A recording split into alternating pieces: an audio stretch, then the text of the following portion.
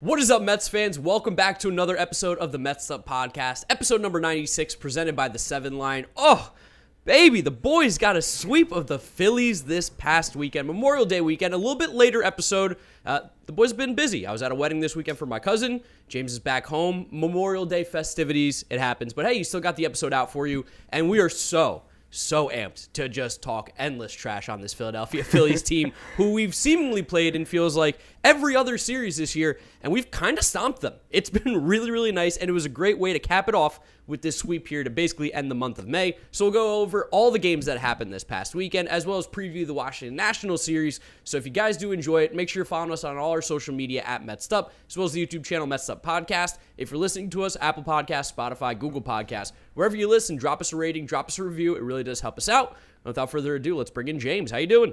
Good, brother. Good, brother. Solid weekend for both of us here. Great weekend. And the Mets sweep just makes it that much better. I mean, we were kind of busy, so if the Mets lost, it probably would have been okay because we had other things going on. But a Mets sweep on top of a great weekend, I can't ask for much more. No, definitely. Especially just knowing that we had so many games against this Phillies team and that it was going to be a lot of games in a very short period of time, something that I talked a lot about before the season, even the beginning of it. That was going to kind of set the tone for this first kind of sector of the season, the quarter, the half, whatever you want to call it, the quarter, the third, whatever you want to call it, we've done so far. And this flying colors, like a big reason for this Mets incredible start, and the Mets being one of the best teams in baseball right now, is our handling of the Philadelphia Phillies. There's no two ways about that.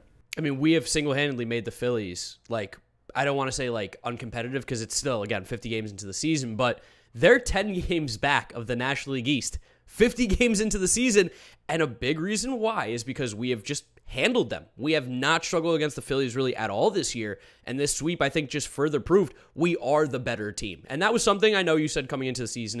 This was a test over the entire stretch going up to June because of how many games we played, and the Mets passed it with flying colors, I think. Absolutely. And talk about like what we've done to this team. Like the Mets have single-handedly put Joe Girardi on the hot seat. The Mets have single-handedly made the Phillies realize that Corey Knebel's probably not the answer they thought they were getting at the back end of their bullpen. The Mets have made the Phillies question their entire lineup decision. I feel like if we played this team 12 times, like their lineup has been drastically different in every single series we've played them. They're just constantly tinkering because they're not really playing that well. And there's probably a hot streak in this team. They're too talented for there not to be if Bryce Harper can ever throw a ball again and actually give them competent outfield defense, relatively speaking. But it's amazing. It's incredible. It's nice because it seems like in every facet of the game, we are just better than the Phillies, which overall makes us a better team. It feels like every game they have some problem with their bullpen. Their defense makes a blunder, makes an error, makes a bad play, something stupid that costs them runs. Like, you feel for guys like Zach Wheeler, a former Met, because he pitched really well yesterday, and even after the first inning, like he kind of was able to clean it up. But it's just really hard to win when they don't make almost any plays behind you. I mean, Johan Camargo, I think, is the only guy who ever makes a play because he owns the Mets for some reason. But everyone else, Schwarber, Castellanos, and Odubel Herrera in the outfield is a mess. No, it's a disaster. We should just start with that game because your heart doesn't go over Zach Wheeler because he's such a good pitcher. And even in that first inning where the Mets jumped on the Phillies again, as they seemingly have done almost every time they've played them this year, like there wasn't really any reason why a rally should have occurred in that first inning. No. Like it started with a fly ball to left field that an average left fielder would have caught against Luis Guillorme, but Kyle Schwarber gets turned around, can't make a play, winds up being a double. The Phillies defense just pours it on after that. There was a ground ball that Francisco Lindor hit to Rhys Hoskins with first and third, nobody out, and you could see in real time his brain just completely decomposing inside of his head and dripping out of his left ear. I love seeing Rhys Hoskins do that stuff. I tweeted out immediately, sick play, Rhys, sick play. Like, it was such a tailor-made double play that would have been so huge in that inning for the Phillies. Could have changed the whole outlook of this game. And he just fucked it up. He's a bad first baseman. He also, I mean, you shouted out Johan Camargo. Johan Camargo also should have just realized what was going on, just gotten the out, sitting there. It looked like he probably could have had the out either. It seems like that call was not what I would have made, being as the neighborhood play where that was the Chase Utley rule, which we also passed the anniversary of the Ass in the Jackpot this weekend. I guess we'll talk about that when that comes up. But usually now, if you're just kind of around the base and you kind of just drag your foot around it within reason of you having the ball, you should get the out. I thought Starling Marte should have been out at second base, and Johan Camargo, for some reason, threw it home. I don't know. It was a weird play. This whole team just drags each other down. I mean, part of that, too, I think, has to be that Johan Camargo is not really a shortstop either. No. He's playing shortstop because that team has not figured out that's one of the most important positions on the field, it seems like. They've understood catcher's important, but shortstop, they don't care. Center field, they don't care. And it's like, maybe this is why you guys don't play good baseball, because you just don't seem to really understand what it takes to build a good team. Once this rally was over, the Mets were winning 3-0 in the first inning. And if it does feel like the Mets are scoring in almost every single first inning, it's kind of because it's been true for the last few weeks. Sunday night was the 19th time the Mets scored a run in the first inning this year, which is a ridiculously high number. And with that, it was the 14th time they did so in May. That's an insanely high number. It's like almost half of the games. It was only May 29th. I mean, they came out swinging hot. Marte smoked the ball, too, in that first inning. He hit the hardest ball of the season, and it was like, you should have hit it softer because we couldn't send Guillorme on that. All the other plays happened. But, yeah, I mean, the Mets, I don't know what it is. I don't know if it's game plan. I don't know if it's just they're feeling the crowd. They're excited. They're ready to go. But the Mets come out swinging the first inning. And then they like to do that thing where they disappear for about 6 innings. Yeah, and also that's because just Zach Wheeler is incredibly good, and we knew this was going to happen. That first inning, getting 3 runs against him was a legitimate miracle, and you knew like from that moment like he was not going to let anything else happen. There was that little rally, I believe it was the 3rd inning, where Lindor was up with a man on third and just went out. He struck out against Zach Wheeler. Also just because it was Zach Wheeler. Shit like that happens. The Phillies also got a run back in the third, but that 3-1 score held for a very, very long time in this game. Chris Bassitt, again, just doing the Chris Bassitt thing, being a really solid pitcher. I saw a great GIF by Pitching Ninja on Twitter where it's like, I wish that I could think about pitches as much as Chris Bassitt does on the mound. He was like, shook off Mazika, like, no, like 6 times. It's like, what pitch are you looking for? And then they eventually switched to PitchCom, which I don't know if you caught that, but him and Mazika, they always seem to never be on the same page, but it doesn't really matter because Bassitt, again, while he maybe wasn't as sharp as he has always been, still really good. Dude, I think, again, it's just because he has 6 pitches, and he threw all 6 of them again, and he threw 5 of them, all of his pitches besides the changeup, at least 11 times. Wow. So he threw 100 pitches total in this game, and he threw 5 of them over 10% of the time. So that's, again, how you get into all these shakeoffs here. But by the end of the start, Bassitt went 6 innings, had 7 strikeouts, gave up 2 hits, 1 earned run, just 1 walk, and only 3 hard hit balls to this prolific Phillies offense. And 2 of them had to have been those like hard lineouts that Bryce Harper had that just got caught because Citi Field plays so big, I would think. One was the very long flyout that looked like it was Gonzo, but yeah. Yeah, I froze in my seat. Yeah, I think that was over there. And then David Cohn, I love listening to David Cohn call a Mets game. Sometimes I want David Cohn to call more than 1 game a month, and overall, I don't think the ESPN crew does as well as, nowhere close to as well as anything the Mets could put out there. Even with the Mets B team goes, even when Wainer and Dazzler goes in the TV booth, it's still miles ahead of ESPN. But like for sure. He's so knowledgeable about pitching. It's fun to listen to him talk about it. And he was going crazy over Chris Bassitt's sinker, saying how that's the bread and butter, that's the pitch he's always looking for. They had Pete mic'd up for a few innings, and he kept talking about the Bassitt sinker, the Bassitt sinker, the Bassitt sinker. He got 4 whiffs with it, 4 called strikes, didn't allow a ball in play over 100 miles an hour. It was a great pitch. It was a great pitch. He was putting it all over the zone all night, inside and outside, righties and lefties. His color looked great too. He had every single thing working in a way that just made him able to compete against Zach Wheeler. Where the Bassitt Hounds at? The Bassitt Hounds. I mean, he just comes out every 5 days and gives us exactly what we need. And then that linked into Drew Chains, who, Drew Smith. He was looking good again. Looked like he was, kind of clicking again. And ground ball up the middle, sticks that bare hand out, and it looks like he fucked up his pinky. Dude, I know you were at the game, but just watching on TV, Coney was like, I think it's something wrong with his pinky. And they showed Drew Smith's pinky just hanging off his finger, just like bending the other way. No. It was gross. It wasn't as gross as it could have been, and also not as gross as other pitchers, because while Joely was warming up after, because you get limited time to warm up in between, they were showing the booth with Ravi and David Cohn and Eduardo Perez. And David Cohn revealed that his right pinky has been deformed like his entire career. Because on something similar, I don't remember if it was on, he said, in a comebacker or in a play where he was hitting, but he shattered his pinky at one point in his career. Oh. And he said he just never got it fixed. Like, it just healed wrong. Like, he didn't really wear his splint. He wasn't really on top of it. And his pinky is literally like a claw. It's like deformed and facing the wrong way. And he talked about how once that happened, he was like kind of bummed about it. But then when he started pitching again, he realized that the pinky, the way it was clicked, made it sit off in his hand now. And all of his pitches started moving more. So he was like, I just started pitching with it. And he said he compared himself to Three-Finger Brown, Mordecai Brown from like the 1920s, who lost a finger and a half in a farming accident and just gave him a wicked curveball. Yeah, as soon as that ball got hit up the middle and I saw his put out his hand, I went, Drew, no, not the bare hand, Drew, not the bare hand. And even funnier with that, earlier in the game, there was a dribbler behind Bassitt that Guillorme was positioned well for, made a nice backhanded play over the bag. And my dad's like, that's a great play by Bassitt. Not trying to do too much, knowing his defender's right behind him, letting that ball get through. Also because Bassitt Phillies put 12 balls in play, 9 of them were on the ground. So a lot of balls on the ground in this game in general. But Yeah, once Drew Smith stuck that out, I was like, fuck. Yeah, and again, since you said, I was at the game you were watching on TV, after that play, he was walking around the mound for like a good minute. Screaming. He was screaming. And then like Lindor and Guillorme went over to him and were like, can we see your hand? And then they saw, they're like, someone's got to come. He can't pitch. Like, look at his pinky. There's no way.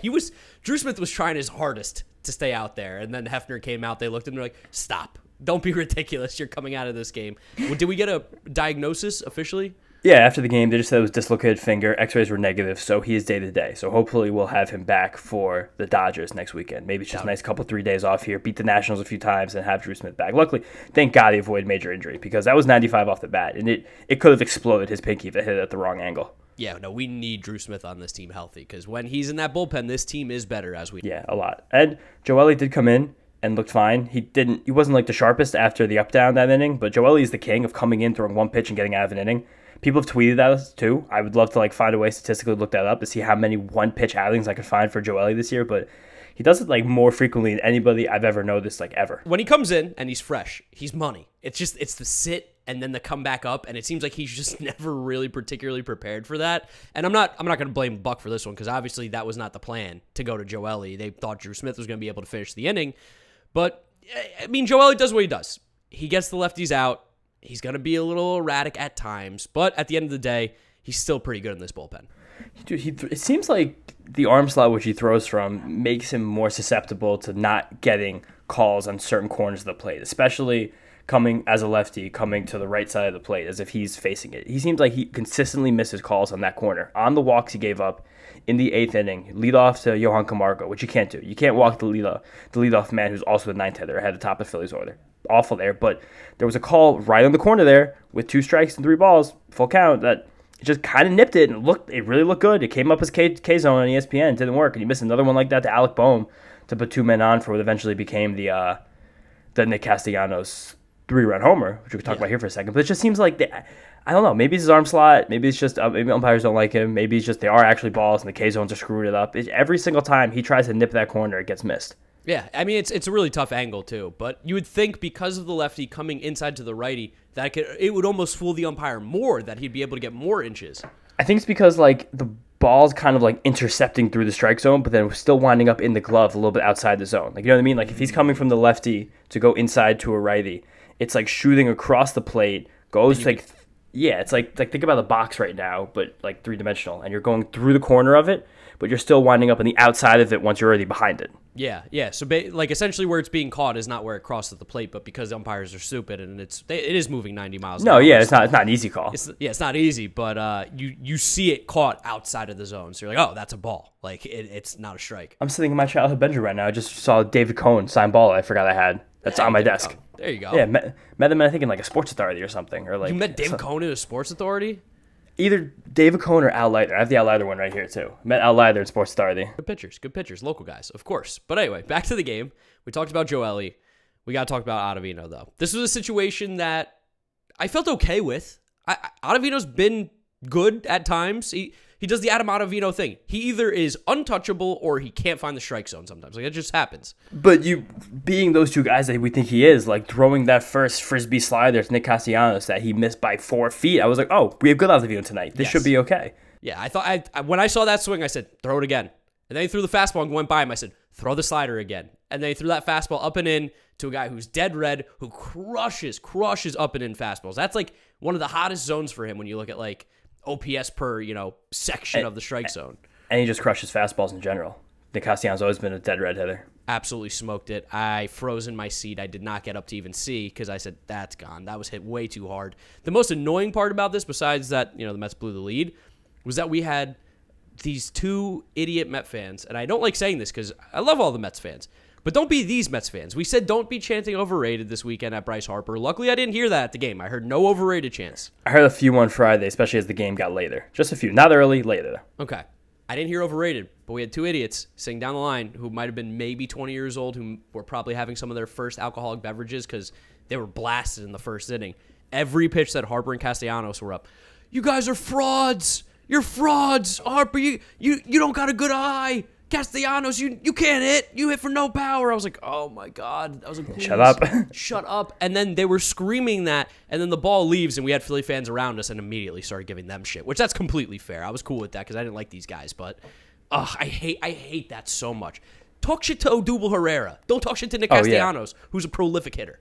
Stott, Camargo. Yeah. Even Real Muto right now. Talk shit to all these guys, but not these two. And again, you just kind of leave wondering like why that pitch was a fastball. Like whose idea was it to throw a fastball there? And I don't know. I don't know if it was Mujica. I don't know if it was Ottavino. I don't know if it was a dugout. I have no idea who called that pitch, but it was incredibly incorrect. It wasn't even, again, in a bad spot. Like it was an up and in fastball that was like kind of like blackish cornerish. It's just he seemed to be completely prepared for the fastball and completely reserved to the fact that if Adam Ottavino threw him a slider, he would have struck out. It was just you're bailing him out in this situation.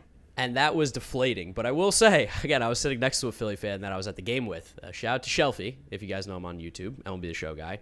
He was like, 6 outs. This game's far from over. He's like, I've seen this way too many times. He goes, we still have to get 6 outs.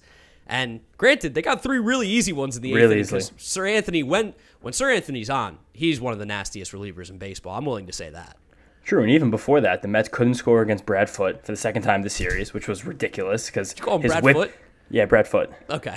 I wanted to make sure that was a conscious choice. No, it was intentional. I was yelling that at him. I was down low on Friday night at the game, and I kept yelling Brad Foote, and people around me were loving it. They were laughing, so I'm just going to stick with it for a while. Yeah, that's a funny one. Brad Foote's good. And then same with Yari's Familia. Like, we couldn't touch him. Familia hasn't given up a run against the Mets this year. Because me and you were always fighting for Familia. We're like, we get it. Like, he does do this shit every once in a while where, like, he can't find the strike zone. But his stuff is so filthy. There's just no one who throws a 99-mile-an-hour sinker like he does in baseball. No, and at this point, the Mets had gone 7 straight innings without even scoring a run and only getting close a time or two. So I was like, all right, fuck, this is it. I mean, we don't sweep teams. This is okay. It's Sunday night. We won the first 2. Tomorrow's Memorial Day. Like, take another series win. We can go to the bank with this one. Really can't be upset about this. I would have loved to step on the throat, but it's fine that we didn't. And then, out of the clear blue sky, after you text me, why is Nick Plummer coming up right now? The first pitch that he saw against Corey Knebel, right in the inner half, he just spun on it and sent it into the Coca-Cola corner. Dude, I have some gift where when I slander whoever is hitting at the bottom of the order of the Mets, I did it with Guillorme back in 2019. I did it with Mujica this year. And literally as soon as I hit, why is he hitting, and sent it to you and my dad, I doubled down. I sent it to 2 people. Boom, crack of the bat again. I'm like, oh, Nick Plummer. I almost put out a tweet. I'll change my last name to Plummer. Like, I thought about it. I was like, it's another perfect time to maybe get another viral tweet. He was so ready for that fastball, and Corey Knebel put in a beautiful spot for him to hit.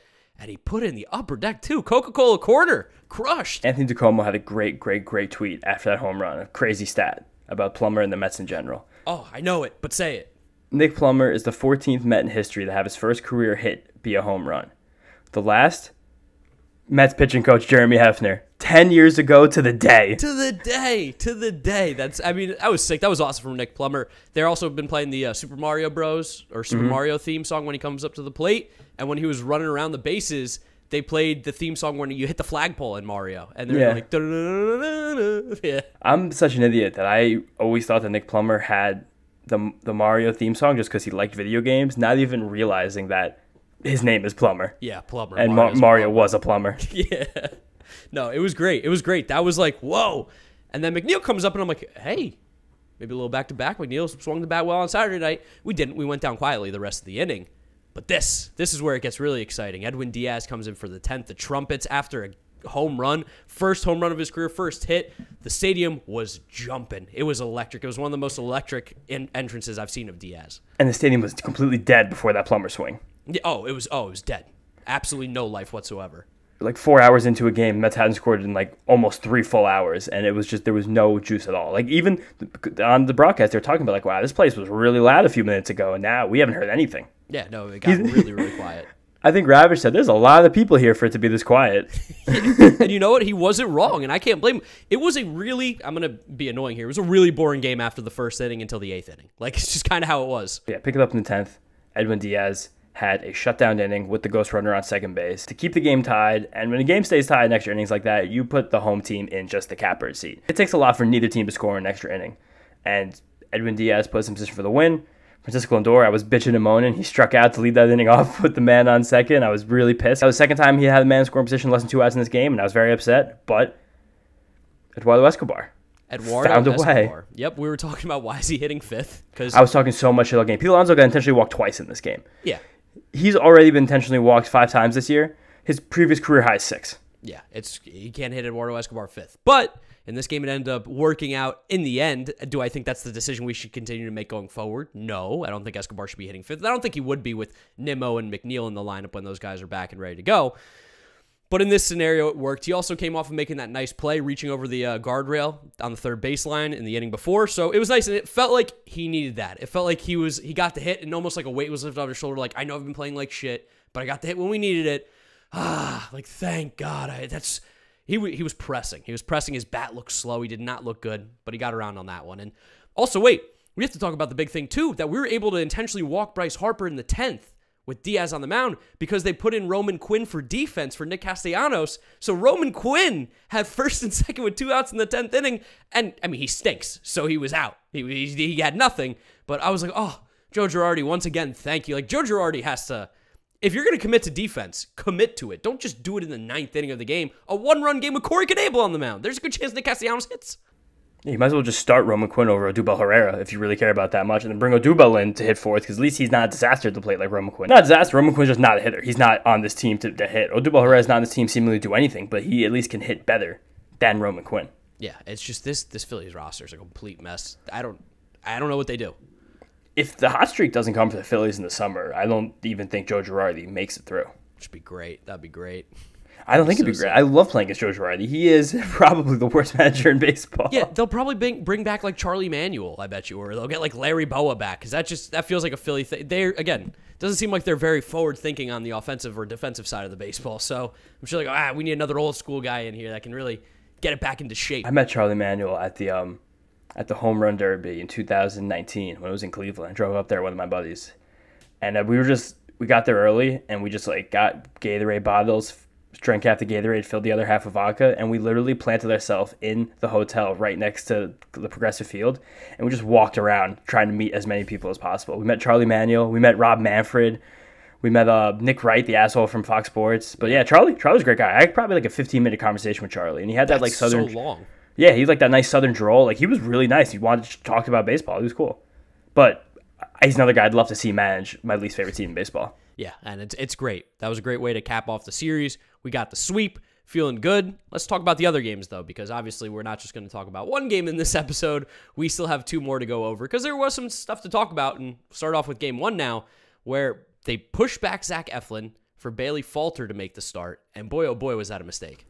For no reason whatsoever. Just a great clip on Twitter about the Phillies post-game guys just freaking the fuck out that Zach Eflin was pushed back to start this game. Talk about how much money he makes, basically how this generation is soft. You got to try and put that in here when you edit it, because it's like 30 seconds of these guys losing their minds about Bailey Falter being in instead of Zach Eflin. To push Zach Eflin's start until tomorrow. Whoever made that decision, whether it was John Middleton, whether it was Dave Dombrowski, whether it was, as was suggested in the pregame program, the performance people, or whether it was Zach Eflin himself and said, you know what, I need another day.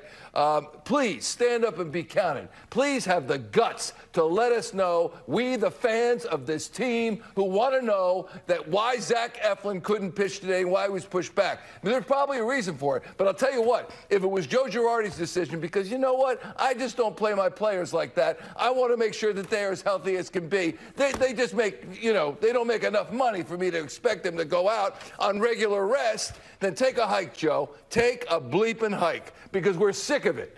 We're sick of it. I want to know whose decision it was to push back Zach Eflin's start. It's absolutely, again, if he's injured, then by all means, you got to do it. But this old kind of amorphous, we don't know why he was pushed back. Yeah. He was asked about, Joe Girardi asked about Bailey Falter 3 days ago. And he just kind of, I have nothing to do with it. Who did have something to do with it? Yeah, they told Girardi to take a hike, that if you decided to push back Zach Eflin, you need to take a hike. And it's like, okay, hold on. It's Zach Eflin. Also, I think this was more of a pushback for Wheeler than I think it was for Eflin. Probably need an extra day. But also, I don't know, maybe you still could have done Eflin Falter Wheeler just to try to start the series off, not with Bailey Falter, because the Mets just got all over him immediately. And again, it wasn't really as much of a fault to himself as I think people made out to believe. Like, Bailey Falter, I don't really think pitched poorly at the start. The game got away from him, of course. The Phillies probably shouldn't have left him in as long as they did, but first play of the game was a very casual ground ball to shortstop, and Bryson Stott just threw it into the first row. See, you didn't get to listen to Uncle Cracker before the game when he came to the plate. That's why. The ball drifted away. Oh, nice. Good one. I see what you did there. And then after that, Starling Marte had the single. Francisco Lindor had the walk. And then we had back-to-back sac flies that were 230 feet away from home plate to noodle arm Castellanos, and neither play was even competitive. He has one of the worst arms I've ever seen of an outfielder. It's that of a child. It's almost shocking that he came up as a third baseman. Like, why was he ever trying to make that throw either? How was he not a first baseman? How? Maybe it's because Miguel Cabrera was already there in Detroit when he had come up, and they knew he couldn't play there. Yeah, maybe. I don't know. It's shocking to me that he hasn't found his way to play first base consistently. I know they also have Rhys Hoskins, but it's not like Rhys Hoskins is really playing particularly well this year either. So yeah, Rhys Hoskins still is. I mean, he's hitting better of late, kind of ish, but. Also, Nimmo and Marte both coming around to score on those sac flies. Those guys are both very fast runners. That's not a joke, but it was like almost bullying when we hit the second fly ball to Nick Castellanos in that inning. And he like took this massive crow hop and he's like, eh. And the ball rolled into the catcher. One was like rolled in and one sailed to the right. It was ridiculous. I'm confident we could throw the ball as far as him. Probably almost as far as him. Which is probably similar with a crow hop. Yeah. It's too close.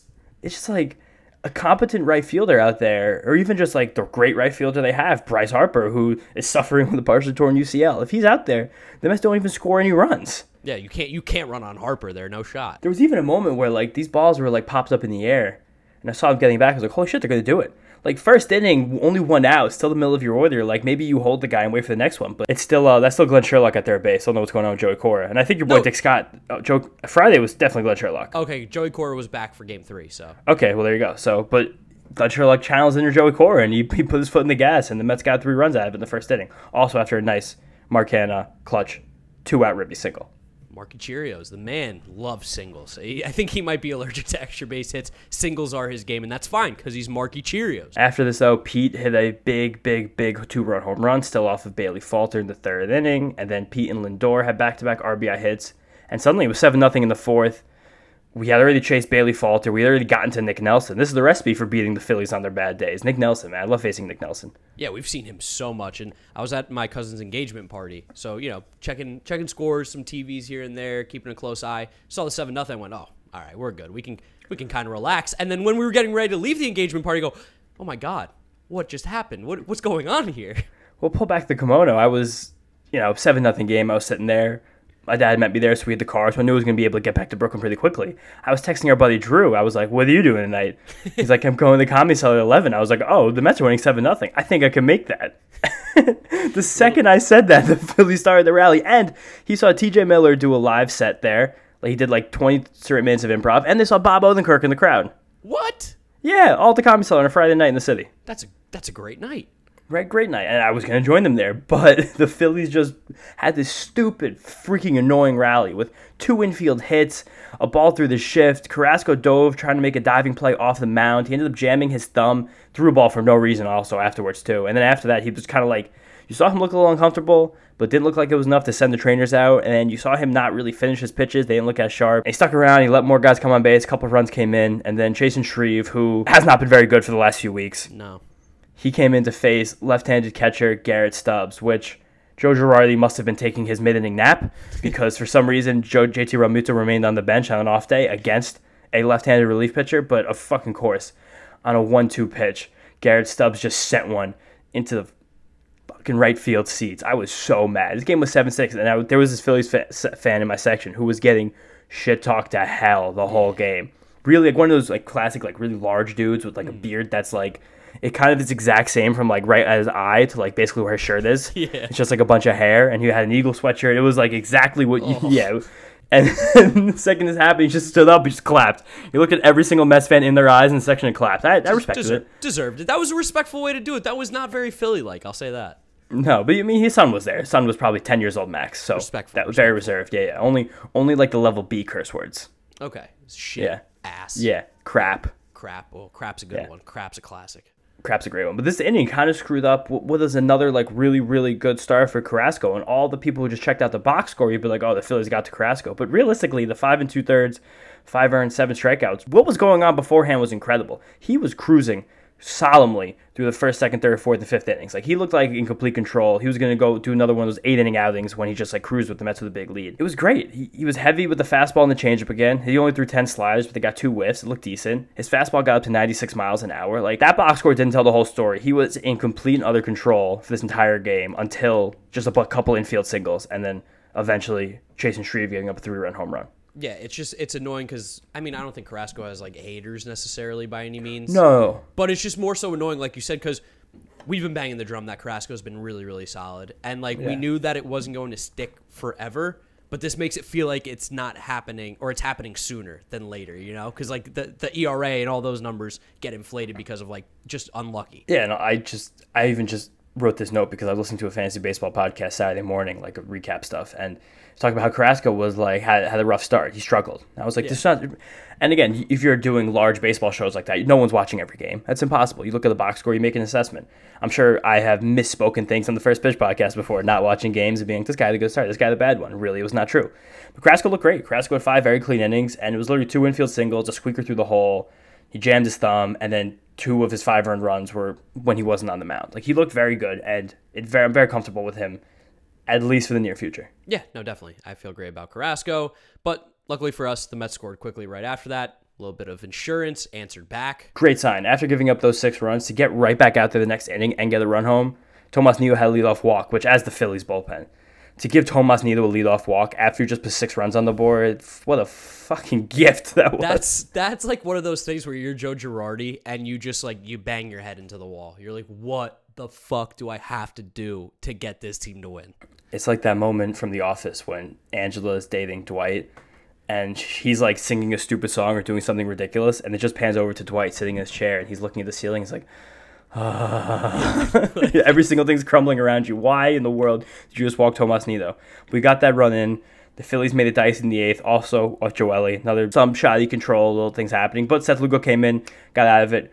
Nice out. And Edwin Diaz saved the game. Trumpets were sounding. Made a game that was very easy, got very difficult, wound up being a pretty stressless end. Did you see Diaz's first pitch in warmups when he came out in the 9th?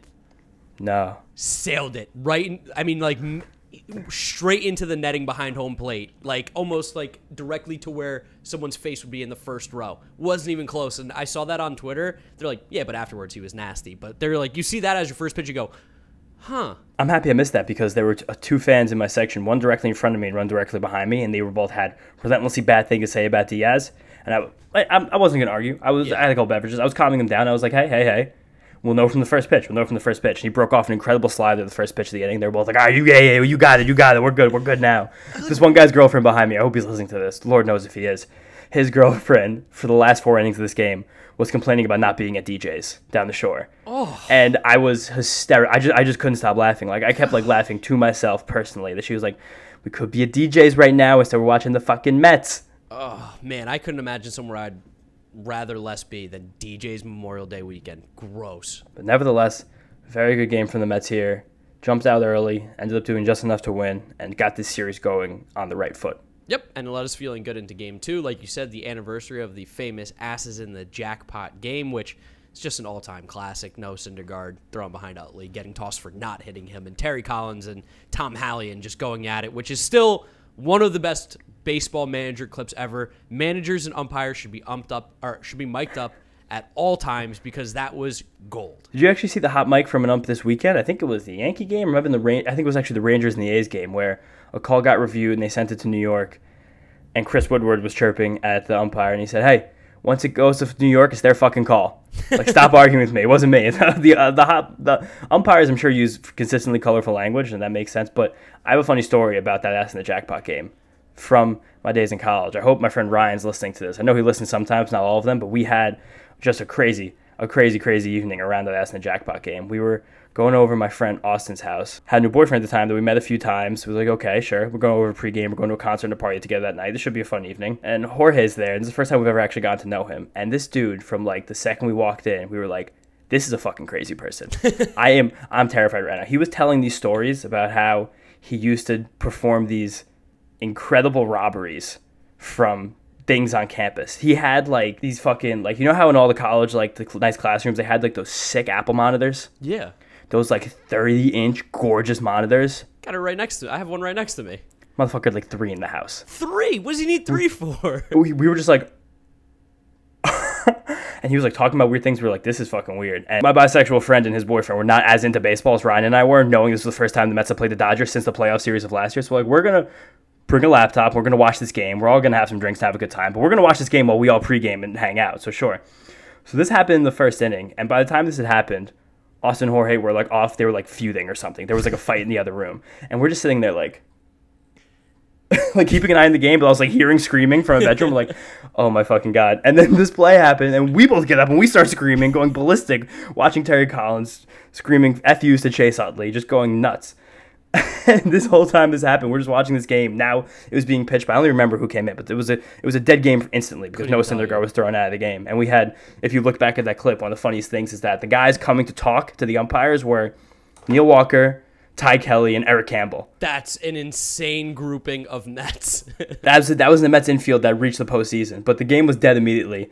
And Ryan and I just sat there for like an hour and a half while these two had a major fight in the other room after we learned that the boyfriend was a psychopath. So, crazy story. I'll never forget that day. And that always makes me look more fondly upon the Ass in the Jackpot day. Now let's talk about the actual game here because, again, anniversary, fun story, good stuff. Ass in the Jackpot. Fuck you, Chase Utley. No first inning run, though. Go figure. Only time this series. Real shame. Also, big reason for that, Brandon Nimmo being scratched with is now a wrist issue, where even if Brandon Nimmo is healthy, there's always still just something that's not that healthy. It's probably the lack of modern medicine, if we have to take a guess. You can't stretch a wrist, though. They said it was on a slide from a couple days ago. Okay.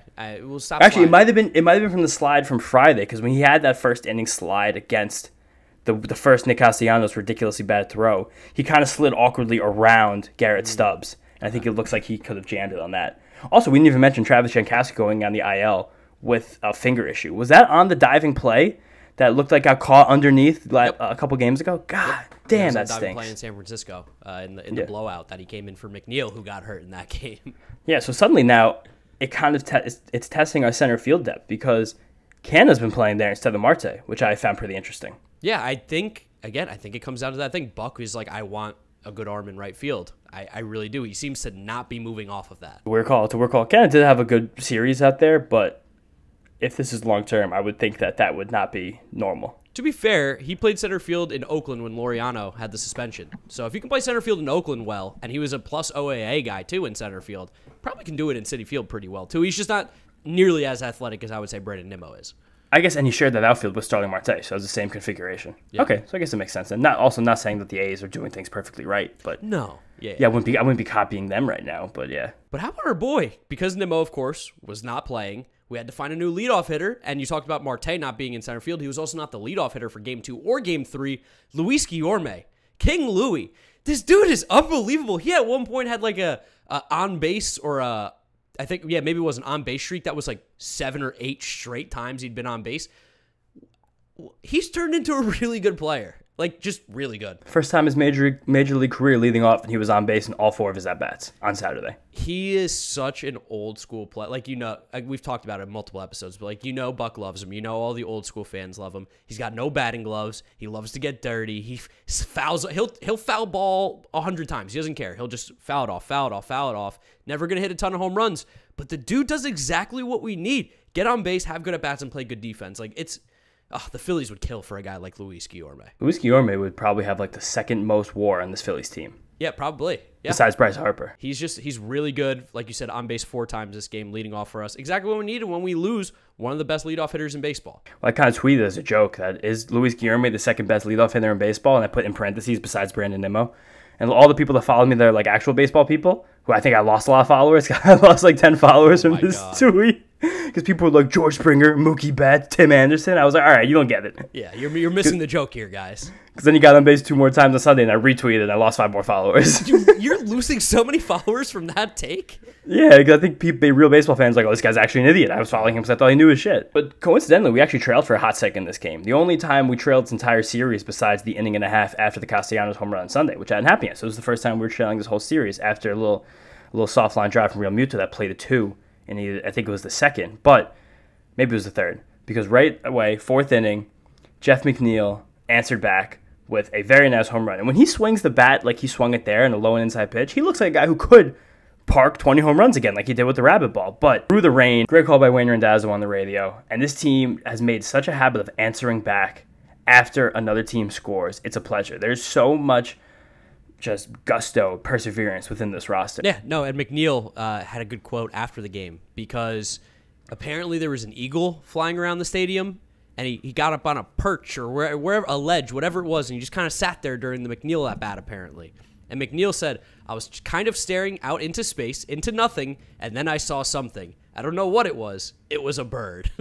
And he was saying, so I saw it right before I took the at-bat, and I hit a home run. Let's find that bird, keep him, I don't want to say cage the bird, that feels a little mean, but let's keep him in the stadium whenever McNeil's up at the plate. I don't know, cage him if it has to, if that means Jeff McNeil's hitting home runs. If that was an eagle, that's an eagle that likes to travel, because I don't think there's that many eagles hanging out around the 5 boroughs of New York. I don't think there's many eagles in general. I think if there's any of them, they're significantly structured out west. Maybe a couple in North Jersey, maybe the island, maybe it could have been a hawk, but I like eagle sounds cooler. But from that moment on, we poured it on, wound up scoring 8 runs in this game. Phillies didn't get any more after that Real Muto 2-ribby single. Lindor had an RBI triple, another single later. I think Pete had an RBI mixed in, and it was just won. Beat this team, didn't look back. Very nice Saturday night in the ballpark. Yeah, easy. Taijuan doing the Taijuan thing, which I think we're just going to become accustomed to now, which is pitch to contact, get soft contact, and be okay. Yeah, only 1 strikeout and 2 walks, gave up 6 hits, scattered across 5 innings. Just very casually good. It's very fun to watch Taijuan pitch when you have at least a 4-run lead. Yeah, you feel great because he throws incredible. Strikes. Fly ball over there, line drive over there, ground ball over there. It's not a big deal, at all. And the other trend for Taijuan, I have been talking about a lot recently. His splitter was his most thrown pitch again on Saturday night. That's a few times now. He's done that over the last month. It's a trend developing there, and I'm praying that there's more whiffs to come from that, because that pitch is getting an adequate amount of whiffs. It's everything else that is not. But this seems to be something, as he becomes more comfortable with that pitch, something that maybe could change the way he pitches. Our boy Holderman, too. 2 innings in this one, 3 Ks. Everyone's hip to him now. Yeah, he's just really good. We called him out. Arizona Fall League. Remember, we're like, yeah, this guy's got a little bit of stuff. And even this year, I was like, keep an eye out for Colin Holderman coming into the season. This is a reliever that could come up and make an impact. He's by no means the best reliever in this pen, but for the job and the role that he has right now in this hierarchy in the bullpen, he is just dominating. He's been fantastic. And with that, he kind of has a very cool pitch mix going on for reliever, because he has the cutter sinker, something like a Melanson has, and other pitch to contact relievers, but he's so young and he's so big, he throws them really hard. Like, to have that colored sinker, 2 pitches that move in opposite directions, that it seems like he's tunneling kind of well, because hitters don't seem to be able to pick them up. That are coming in 94, 95, 96, sometimes 97 miles an hour. You're going to have at least a nice little run here of being successful before even the league catches up, or eventually in years you lose some of that velocity. So it looks like Colin Holderman is going to be a little bit of a piece here coming with this bullpen as we need help. Yeah, he's going to fill in for this Drew Smith role for the next probably couple days or however long it's going to be, which would be nice because Holderman's got good stuff. And then we had Lugo pitch in the 9th, which was weird because we haven't seen Lugo do back-to-back days like almost at all this year, and seemingly he did in a game that was pretty much over. But, I mean, it was fine. He ended up being okay. It's a weird call.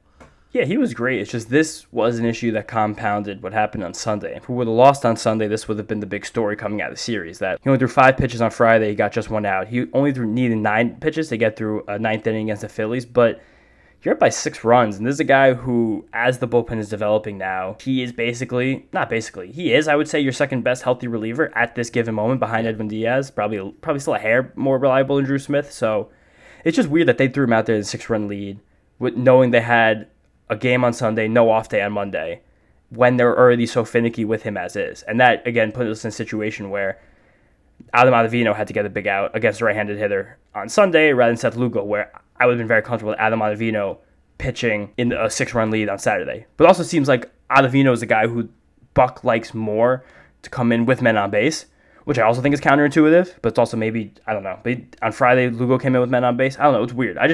We're nitpicking here. There's one tiny thing we have to talk about. I just thought it was weird that Seth Lugo pitched the 9th inning of a 6-run game. It would be really fun one day, if this ever were to happen, to sit down with Buck Showalter and just say, talk to me about the bullpen. I would just like to hear your thoughts. I'm not going to ask you anything. I just want you to tell me what you know, what you think. If that was to happen, potentially. I don't know. Anything's possible. Anything's possible. I don't know. We'd have to do that in a way that came off very, very unabrasive. Yes. And polite. And I think we could. We want to hear what you think about the bullpen. Just talk for 20 minutes. I'm sure Buck likes to talk a little bit, I'm sure. For sure. It would theoretically have to be either like long into an interview we could possibly ever theoretically do with Buck, or it would be like the second time we talk to him. Yes. He would have to like us, and then we could ask him a baseball question. Yeah, no, not the first one for sure. But hey, listen. First 30 minutes with Buck, however it falls, would have to theoretically be nice, happy life stuff. History of baseball, all this kind of shit. Yeah, which I'm sure we could figure that out. Maybe someday. I don't know. We'll see how we do. But yeah, that was the sweep of the Philadelphia Phillies. Like I said, they are 10.5 games back of first place in the National League East, which is just so nice. The Mets are really playing some solid baseball right now. I know the Phillies, again, aren't one of the best teams, and we have the Nationals coming up next, which, again, aren't one of the best teams right before this big West Coast trip, which is going to be a huge test for the Mets. But at least right now, like, I don't want to say this gives us like a little breathing room, a little cushion, but the fact that we were able to take 3 from the Phillies here, everyone can take a little bit of a deep breath, get through Washington, play well against them. I don't want to look too far ahead, but that West Coast trip's huge. No, this gives us certainly some breathing room in this division. It kind of, again, toasted the Phillies in the divisional race, kind of. Not actually. We're only 50 games in, and we've seen the Mets blow crazy leads to the Phillies in the past. A lot of people on Twitter were talking about this killed the Phillies. That's just not true. They're only 5 games out of a wild card spot, and they still have a relatively talented team that will have a hot streak in them. Just happy that we don't have to see them until the middle of August. Even if the hot streak happens, it likely won't affect us for the near future. And the Phillies right now are 6 games under 500, and they're 3-9 against the Mets. Like, what we've done to them has single-handedly tanked this first part of their season. Like, there's no two ways about it. If we have only played the Phillies 6 times, they probably have a slightly better record because they wouldn't have to run to the Mets 12 times before Memorial Day and lose 9 of those games. Like, that's a big strain on any team's schedule. When you lose 3/4 of those freaking games, like, that's going to kill you. They only have 3 more wins than the Washington Nationals. 3 more. That's a big part because of the New York Mets. We are just simply better than them. We have beat up on them. We've won 9 of 12.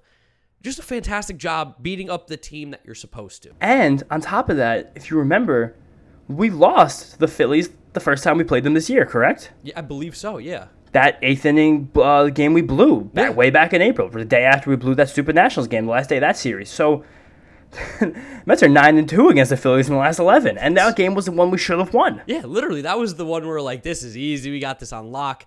It's just, I really do think ever since that Lindor, like the big comeback, I think the Phillies have just kind of came into this like, what do we do? I don't know what to do against the Mets. They're better than us. They're really good. Also, on top of that, the Phillies have a lot of star power in this roster, but in the games that we've played against them, our big-time players have really stepped up and done incredible things. And when you play a team 12 times, it's not really an indicative sample of everything, but it's enough games to really see who's doing what, when, where, and why.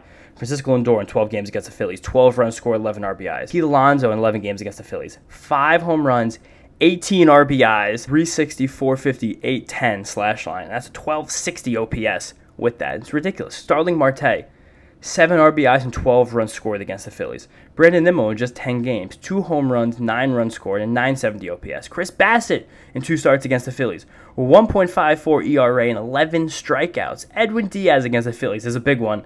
Edwin Diaz has had some blown saves against the Phillies in the past, specifically 2019. Everybody remembers the Gene Segura day-game home run. 6 appearances, 4 saves, 13 strikeouts, only 1 earned run, and a 0.83 whip. It's unbelievable. It's unbelievable. That is how you take care of business. I mean, you mentioned Lindor, Nimmo, Marte, our first 3 hitters in the lineup, has 33 runs in the 12 games that we've played against the Phillies with those 3 guys alone that they have scored. That's crazy. You could have jumped Pete in there too. I'm sure he has at least 10. I only took track of the RBIs and the home runs because 18 RBIs in 12 games against a team with 5 home runs is ridiculous. It's nuts. He's absolutely dominating. The Mets dominated the Phillies this far this season. We aren't done, but we are done for the foreseeable future. And of August course, 12th. August 12th? Next time we play them. Wow, it's a long time. That's a really long time. It's a lifetime away. They could look completely different. They might have a new manager. I'm probably going to live in a different apartment. Oh, yeah, for sure. I'll be in a different apartment, too. Yeah, that's crazy. Yeah, 3 years. 3 big. That's wow. All right, enough about the Phillies now. We beat up on them enough. They stink. They're a 4th place team. I'm going to say all that stuff as long as I can. Let's go talk about the Washington Nationals now, who you guys will be watching that game tonight, probably, maybe as you're listening to this episode. But we know the Nationals are not particularly good. I did say they only have 3 less wins than the Phillies, which feels kind of a little scary if you're a Philly fan. That's a good thing to scare a Philly fan today. Say you only have 3 more wins than the Nationals. That's fun. But the Nationals bats are getting hot too, so who knows? What's the pitching matchups for this one? I can't imagine it's going to be star-studded by any means. No, definitely not. Monday night, whether you guys are listening to this Tuesday morning when you're going to work, coming home from work, or sitting at work, you might be time traveling here, so you'll know what happened. We don't know yet. We could assume that David Peterson is going to beat Eric Fedde, even though Eric Fedde has been a thorn in our sides before and actually has been pitching kind of well, which that would be really annoying if Eric Fedde shut us down. Tuesday night, we have Trevor Williams versus Patrick Corbin it's going to be a balls and play game. And then Wednesday matinee before the Mets head out to LA for a 4-game set with the Dodgers. It starts on Thursday, which I did not realize that was a 4-game set until I just looked at the schedule. I didn't know it was 4 games either. There you go. Well, that one's going to be Carlos Carrasco versus Mr. TBA. We don't know. I think that lines up for Joe Nadone, but he's been really bad. So it could basically be anybody. I mean, could be Kay Cavalia. Who knows? Yeah, the Kay Cavalia would be cool, although it wouldn't be because I want to wreck him if we're playing him. But I want him to do well otherwise. But yeah, I mean, the Nationals we know are not very good. Like you said, the offense is starting to heat up a little bit. Soto's obviously a stud. Josh Bell, Nelson Cruz. I mean, Cesar Hernandez still hits it well too. Like he has good stats this year, having a lot of deep fantasy leagues, doing well. I want to say the Nationals are not the worst bad team because they can hit. There's at least some competent hitters. It really just is. We should be able to score a ton of runs. Their starting pitching isn't good, and their bullpen's even worse. Definitely, and a big key to that is going to be making sure Eric Fedde and Patrick Corbin do not throw 6 innings in these first 2 games, because with no off day, this bullpen's bad anyway. Just get these guys out of the game before the 5th inning, and you'll just be able to feast on this horrific Nationals bullpen, as usual. Yeah, I would. I really want another sweep. I want another sweep here going into that California series. I'm going to ask for a lot.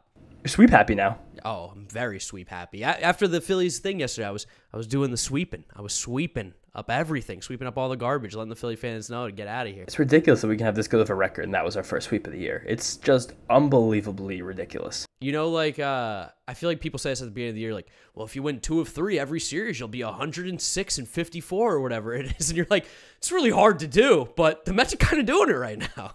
Keep going. Now we're back to just needing to win 2 out of 3 because we lost 1 series. Now we got the sweep. We grabbed that game back. So now just keep doing 2 out of 3. 2 out of 3. We'll be feeling fine. I'm sure we're going to feel fine after this series, too. Definitely. And this series is very important because after this series, the Mets have 4 in LA against the Dodgers, 3 in San Diego, 3 in Anaheim, then at home for 3 against the Brewers. So that is more than 2 consecutive weeks of teams well over 500. All playoff teams as well.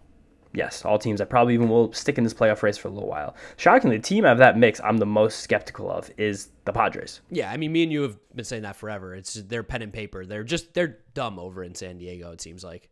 They just acquired so many, like such a high quantity of starting pitchers that they're able to get through enough games over and over again where it's fine, especially with Manny Machado hitting like 360 or whatever he's still hitting. But just got to get these wins in Washington, at home against Washington, and then take this West Coast trip one day at a time.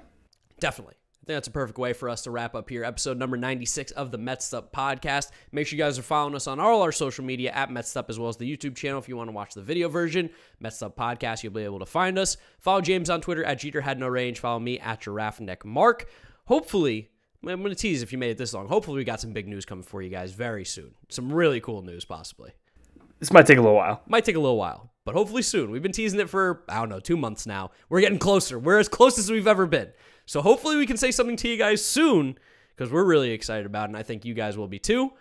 But until then, we'll keep you guys posted. We'll keep doing our episodes, keep giving you updates, tweeting, talking Mets, and we'll talk to you guys on the next episode. Peace out. Peace out, guys. See you next time.